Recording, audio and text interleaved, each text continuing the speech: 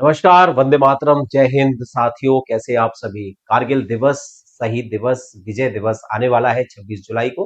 और उसकी स्मृति में आज मुझे आवश्यकता पड़ी कि मैं अपने भारतीय और इस विश्व के लोगों को ये बता सकूं कि कारगिल युद्ध का इतिहास क्या रहा, कैसे हमने पाकिस्तान को हराया और अपनी पोस्ट वापस ली। दोस्तों, कारगिल एक जिले का नाम है जहां पर चार ऐसे मुख्य सब डिवीजन थे जिनको पाकिस्तान की सेना ने हमारी सेना के पीछे हटते ही घेर लिया था, कब्जा कर लिया था। और इस बात का खुलासा लगभग 2 से 3 महीने बाद हुआ।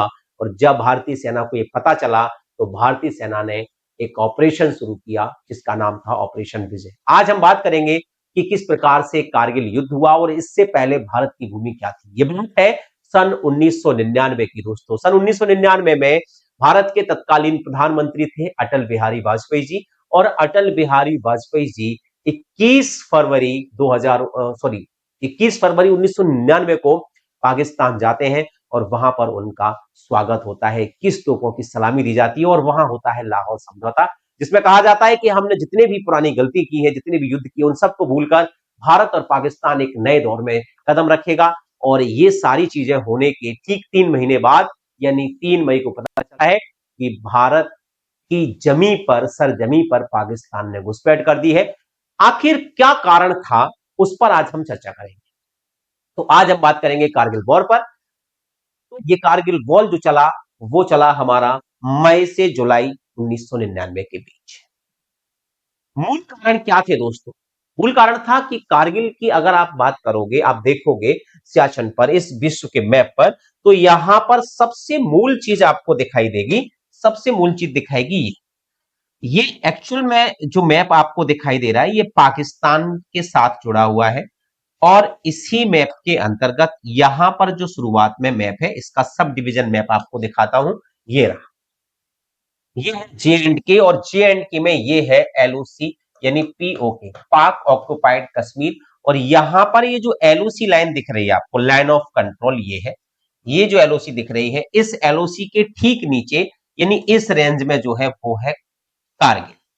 और इस कारगिल की चार मूल जगह थी जिसमें दारा था, मस्कोई था। ठीक है, ये मूल जगह है जहां पर पाकिस्तान ने।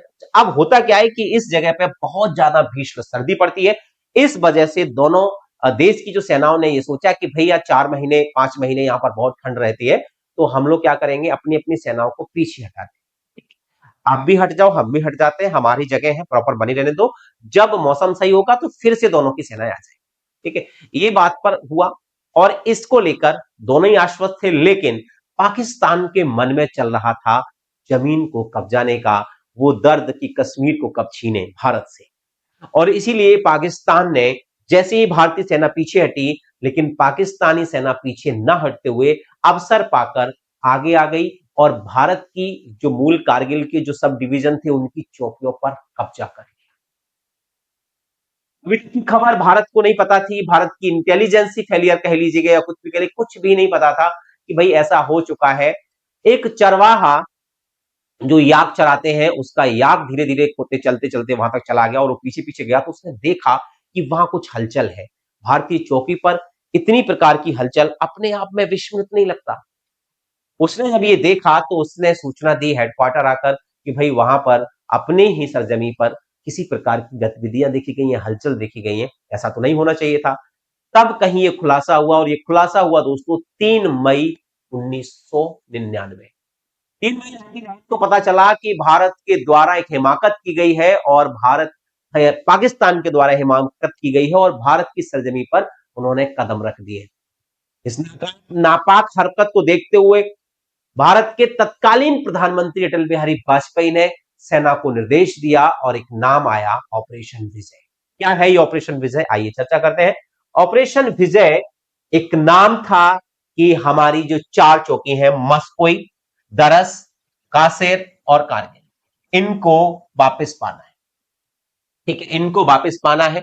और इसके लिए यहां पर कुछ हिल थी प्रॉपर, उन हिल के बारे में भी बात करेंगे। जैसे आप देखेंगे तो यहां पर ये कारगिल की जो मूल जगह है वहां पर आप देखेंगे बहुत ऊंची ऊंची हिल्स है, जैसे टोलो लिंग है।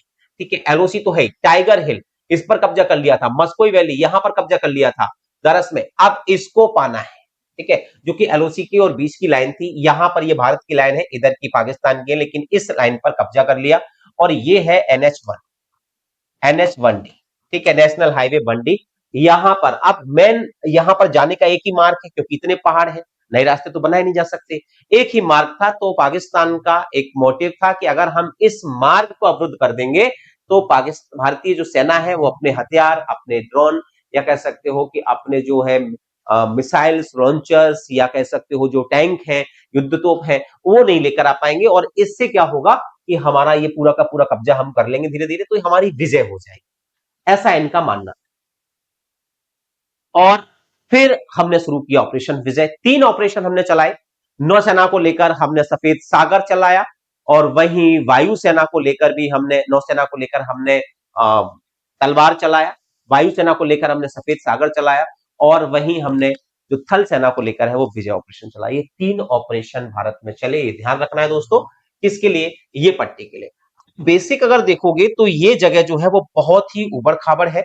अगर आप यहां देखोगे तो इतनी सारी पहाड़ाई हैं कि ये ऊंचाई पर बैठे थे। अब जो पाकिस्तानी थे, चाहे वो टोलो लिंग की बात कर लो, या दरस की बात कर लो, कारगिल की बात कर लो, ठीक है, यहां पर टाइगर हिल की बात कर लो, अब ये ऊंचाई पर बैठे हैं। अब भारतीय सेना सोचो नीचे से ऊपर जाएगी, और ये ऊपर से पहले से ही हथियार रख के बैठे हैं, तो सोचिए किस कंडीशन पर और किस आधार पर हमारे भारतीय सेनाओं ने ये युद्ध जीता और अपनी पोजीशन पाई। शहादत तो ही दोस्तों। सोचिए कि नीचे से ऊपर जाने में सबसे पहले तो चढ़ने का फोर्स, उसके बाद गोला बारूद हथियार ले जाने का फोर्स, और उसके बाद यहां से साफ साफ नहीं दिखेगा कि बंकर में कौन बैठा है, और ये लोग आसानी से टारगेट बना सकते थे भारतीय सेना को, और भारतीय सेना पर अंधाधुंध गोलियां बरसाते थे। वो स्थिति थी उस समय की, और ये युद्ध अपने आप में भीषण युद्ध रहा दोस्तों। ये देखो कितनी इतनी ऊंची पहाड़ियां, यहां पर ये बंकर बनाए हुए थे, ये सारे के सारे पाकिस्तानी आर्मी ने बंकर बनाए हुए थे, ठीक है, टोलो लिंग ये सबसे हाइट पे था। अब इसको पाना था, हमारी सेना के जवान गए, ठीक है, यहां से पैदल मार्च किया, ठीक है, गोलियां खाई, रात रात भर चढ़ते थे, क्योंकि दिन में तो विजन होगा तो गोली मार दी जाएगी, तो रात रात में चढ़ाई करके और धावा बोला, और इन चौकियों को वापिस लिया। जब इन चौकी को वापस ले लिया गया दोस्तों, तो भाई ये युद्ध जो है वो समाप्त हुआ। लेकिन इस युद्ध में बहुत कुछ खोया, बहुत कुछ खोया। पाकिस्तानी आर्मी के कुछ लोग, जिनमें सबसे ज्यादा उस समय जो जनरल परवेज मुशर्रफ थे, जो कि पूरे कार्य मतलब जो मास्टर माइंड जिसको कह सकते हो, जबकि सेना प्रमुख में अजीज खान, आसिफ मुनीर, ये सारे लोग जो थे वो पाकिस्तानी थे। अब हुआ क्या, पूरी विस्तार से समझिए। ये आर्मी कब पहुंची, इन घुसपैठियों का पता चला। घुसपैठ का पता चला दोस्तों 3 मई 1999। स्थानीय चरवाहे ने असामान्य गतिविधियों की सूचना दी, जिसके चलते 5 मई को भारतीय सेना द्वारा घुसपैठ की पुष्टि की गई कि हाँ, अब पाकिस्तान सेना जो है वो कारगिल में आ गई है। 5 मई को जब पता चला, ये थे, और आसिम मुनीर भी हैं, अजीज खान भी थे, जनरल परवेज मुशर्रफ इस समय सेना प्रमुख थे पाकिस्तान के। जब पता चला कि ये घुस आए हैं, तो यहां पर फिर हमने शुरू किया ऑपरेशन विजय, ठीक है। ऑपरेशन विजय का शुभारंभ भारत ने घुसपैठियों को खदेड़ने और कब्जे के क्षेत्र को प्राप्त करने के लिए हमने 10 मई को चलाया। 5 मई को सेना को पुष्टि हो गई है।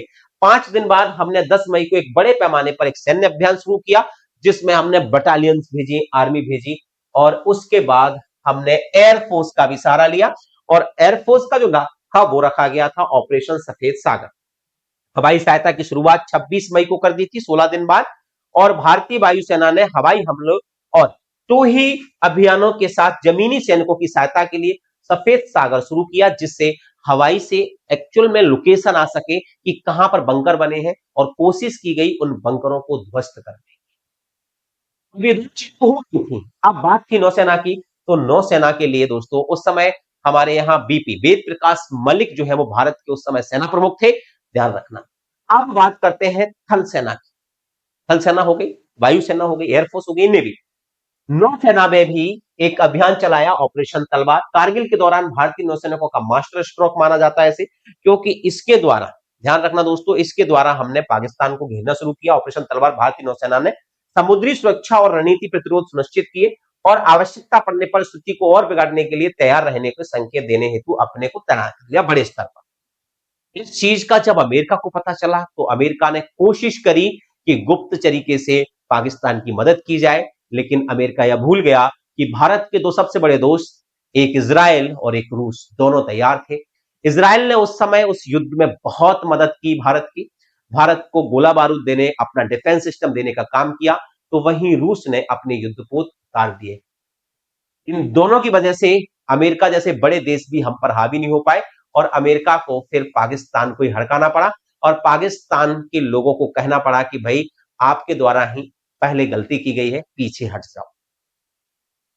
और वॉशिंगटन में जब जनरल परवेज मुशर्रफ गए मिलने, तो उनको खुद कहा, अमेरिका के उस समय जो वर्तमान तत्कालीन जो राष्ट्रपति थे बिल क्लिंटन, उन्होंने खुद कहा, तो जो उन्होंने खुद कहा कि आप भाई पीछे हट जाओ, उसमें फायदा है। तो इस घटना को क्या कहें? ये तीन ऑपरेशन आपके समक्ष है। ऑपरेशन विजय थल सेना को लेकर था, ऑपरेशन तलवार नेवी को लेकर, ऑपरेशन सफेद सागर एयरफोर्स को लेकर। हमारी तीनों कमान ने बहुत अच्छा प्रदर्शन किया और हमने विजय प्राप्त करी 26 जुलाई 1999। और इसीलिए 26 जुलाई के दिन, यानी इसी महीने में अगले 5 दिन बाद जो तारीख है वो है विजय दिवस। तो प्रश्न ये भी आ सकता है कि विजय दिवस कब मनाया जाता है? तो विजय दिवस मनाया जाता है 26 जुलाई को दोस्तों। भारत के साथी कौन कौन है? तो भारत के दो साथी बड़े फेमस रहे हैं, एक रशिया और एक इजराइल। ध्यान रखना, इजराइल ने बहुत मदद करी और रूस ने भी हमारी काफी मदद की दोस्तों, ध्यान रखना। उस समय प्रधानमंत्री, तत्कालीन प्रधानमंत्री अटल बिहारी वाजपेयी ने बड़ा सुंदर कहा था कि भारत कोई जमीन का टुकड़ा नहीं है जिसे छोड़ दिया जाए, इसके लिए आर पार का युद्ध होगा। और वैसा ही हुआ।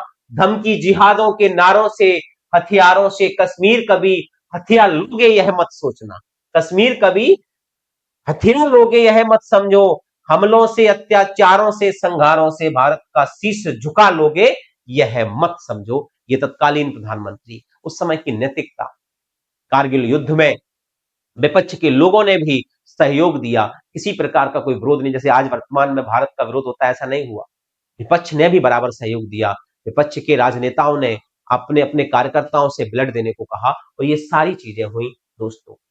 कारगिल दिवस मनाते तो हैं उन शहीदों के लिए, लेकिन उसमें कुछ ऐसे नायक भी थे, कहते हैं ना, ऐ मेरे वतन के लोगों, जरा आंखों में भर लो पानी, जो शहीद हुए हैं उनकी जरा याद करो कुर्बानी। तो दोस्तों ऐसा नहीं है, जब हम कोई जीत प्राप्त करते हैं तो उसकी एक कीमत होती है, और ये कीमत चुकाई भारत के उन वीर सपूतों ने, उन सच्चे सपूतों ने, जिन्होंने इतनी बड़ी टाइगर हिल्स को जिता किया। सबसे पहले मैं नाम लेता हूं कैप्टन विक्रम बत्रा का, जिनका डायलॉग सुना होगा ना, ये जिन मांगे मोर। दोस्तों ये विक्रम बत्रा जी हैं, और इन्होंने भारी गोलीबारी के साथ पॉइंट 415140 और 4875, ये एक्चुअल में नाम दिए गए जिन बंकरों के, जिनको उन्होंने आइडेंटिफाई किया, पर सफल हमले का नेतृत्व किया, और उन्हें मरणोपरांत परमवीर चक्र से सम्मानित किया गया। ये भारतीय सेना का सबसे बड़ा सम्मान है दोस्तों, ये मरने के बाद ही दिया जाता है, परमवीर चक्र है। ऐसे और भी महान नायक हुए जिन्होंने इस देश को, 26 जुलाई 1999 को खत्म हुआ कारगिल जंग, भारतीय जवानों के साहस, वीरता और जज्बे को समान सामने पड़ोसी मुल्क की सेना हार मान चुकी थी। करीब 2 महीने तक चलने वाले इस युद्ध में जीत मिलने के साथ ही दुनिया को भारत की ताकत का सबूत भी मिल गया। इस जंग की शुरुआत तब हुई थी जब मई 1999 में पाकिस्तानी सैनिकों ने कारगिल की ऊंची पहाड़ियों पर घुसपैठ कर ली थी। ये सब कुछ मैं बता चुका। इसके अलावा मनोज पांडे जी आप सब जानते हो, कैप्टन योगेंद्र यादव जी, योगेंद्र सिंह ने भी अद्भुत साहस का परिचय दिया। कई गोलियों के से घायल हो गए थे दोस्तों, लेकिन उन्होंने टाइगर हिल पर चढ़ाई की और दुश्मन के बंगरों पर कब्जा कर लिया, महत्वपूर्ण भूमिका निभाई, जिसके लिए उन्हें परमवीर चक्र से सम्मानित किया गया दोस्तों, मरणोपरांत। वहीं कैप्टन मनोज कुमार पांडे, इनका भी बहुत प्रसिद्ध कैरेक्टर आपने देखा होगा, जब आपने LOC line of control movie देखी, उसमें उन्होंने खालू बार रिज पर हमले का नेतृत्व किया, घायल होने के बाद दुश्मन के बंकरों को नष्ट किया, और उन्हें मरणोपरांत भी क्या मिला? परमवीर चक्र मिला। दोस्तों ये वो लोग हैं जिन्होंने मरकर भी भारत की उस जमीन को बचाया, जिस जमीन के एक एक कण पर भारत का हिस्सा। अगर मैं बात करूं तो यहां पर आपको कुछ चीज दिखाई देंगी, ये सियाचिन का क्षेत्र है, याद रखना, जो कि चीन से हिस्सा लगा हुआ है, लद्दाख है, ये जे&के है, ये पीओके है, और यहां पर है दोस्तों कारगिल, ये है पूरी, एक्चुअल में ये कारगिल के एरिया है। और यहां पर ये इतना इतना जो बॉन्ड है वो जो है कब्जाने का काम हुआ था, और उसको ध्यान रखना हमने किस प्रकार से छीना होगा दोस्तों। ये भारतीय सेना की एक अद्भुत निशानी थी, एक अद्भुत जज्बा था, जो आपने आज देखा। तो देखा दोस्तों कि कारगिल का इतिहास कितना पुराना है और किस प्रकार से हमने 1999 में पाकिस्तान को फिर से धूल चटाई और उसके बाद से लेकर आज तक पाकिस्तानी हिमाकत नहीं करता। अगर बात करते हो कि पीओके कैसे गया, तो पीओके एक समझौते के तहत चला गया था कि जहां पर है युद्ध विराम की एक स्थिति होती है कि जहां पर हो, जिस स्थिति में हो, अगर रुक जाते हो तो युद्ध विराम हो जाता है और बस उसी स्थिति के कारण जो है वो भारत का कुछ हिस्सा, जिसे हम आज भी पाक ऑक्युपाइड कश्मीर के नाम से जानते हैं, वो पाकिस्तान के हाथों चला गया। लेकिन इसके बाद ये निश्चित हो गया कि भारत अब वो कमजोर भारत नहीं है, क्योंकि भारत जो है न्यूक्लियर पावर बन गया था। उस समय अटल बिहारी के समय ही आप सब जानते हैं 1998 में हमने परमाणु पोखरण में एक कह सकते हो कि परमाणु कार्यक्रम चलाया और उस पोखरण में चलाए गए परमाणु कार्यक्रम को हमने सफलता हासिल की और भारत एक न्यूक्लियर पावर देश। बहुत सारे लोगों ने इस पर भी प्रतिबंध लगाए, बहुत कुछ किया, लेकिन ध्यान रखना दोस्तों, जब एक शक्तिशाली देश खड़ा होता है तो सबको नतमस्तक होना पड़ता है। और आज भारत तो जो है शक्तिशाली देश है, लेकिन हाँ, भारत में वर्तमान में जो स्थितियां हैं वो गृह युद्ध की स्थिति हैं, लेकिन ये भारत के कह सकते हो कि अखंडता, प्रभुता और संपत्ता को हानि पहुंचा सकता है। इसीलिए वर्तमान में भारत को कोशिश करनी चाहिए कि सबसे पहले यहाँ पर उपजे जो गृह क्लेश हैं, गृह युद्ध की जो स्थितियां हैं, उसको खत्म करना चाहिए। बाकी का भारत पूरी दुनिया में सबसे श्रेष्ठ महान देश है। चलिए, मैं नमन करता हूं उन शहादत के शहीदों को जिन्होंने कारगिल तो ले लिया लेकिन अपने आप को सर्वस्व कर दिया। जय हिंद, वंदे मातरम। वीडियो अच्छी लगी हो तो शेयर जरूर करना। धन्यवाद।